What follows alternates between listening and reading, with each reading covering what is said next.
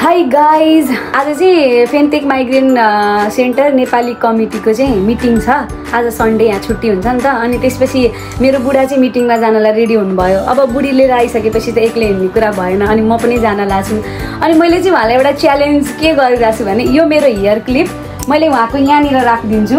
यसरी यहाँ हुन्छ हुन्छ कि हुन्न हुन्छ कि हुन्न यो क्लिप मैले यहाँ राखिदिएको छु होइन। हामी अहिले यहाँ 2 बज्न लाग्यो, 2 बज्यो अनि हामी यहाँबाट निस्किँदैछौँ। अनि मैले चाहिँ उहाँलाई के भनेको छु भने यो हेयर क्लिप चाहिँ अहिले हामी घरबाट निस्किँदाखेरि जसरी छ यो बेलुका घर आउँदाखेरिसम्म पनि यस्तै हुनु पर्यो।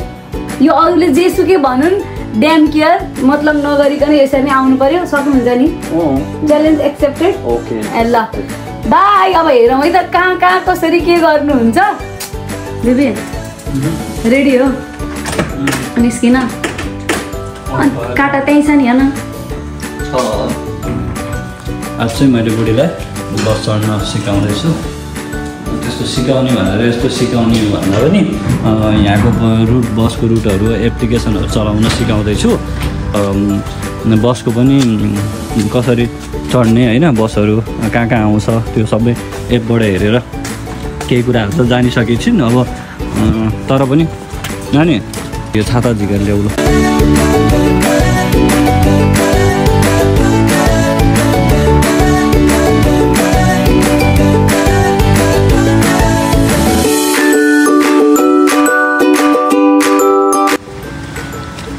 कहाँ जानु लाग्यो आज? बस अनि ट्रेन चढ्दै र सिक्दै है। एप्लिकेसनबाट काटा त्यहीँ छ नि।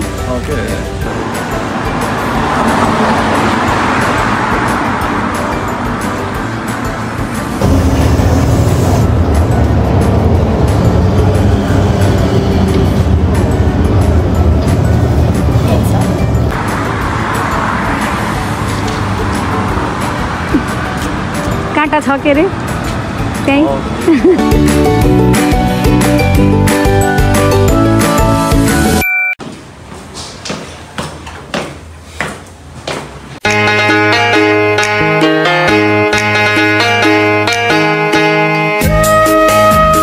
अब त्यो भनौँ न हाम्रो नेपालको एक टिम छ अनि भलिबल पनि एक टिम छ। एकदमै रमाइलो हुन्छ है त।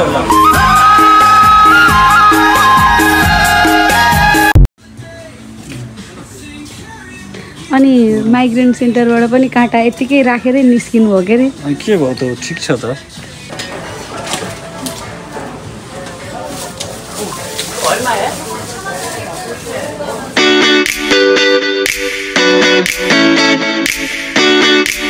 गाइज अहिले चाहिँ साँझको 7 बजिसक्यो।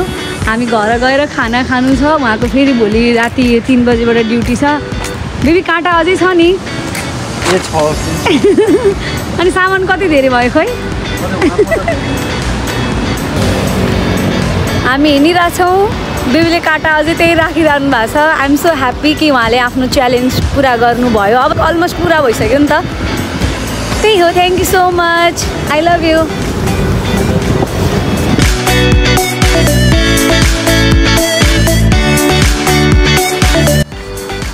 के ल्यायो अरे के ल्याएको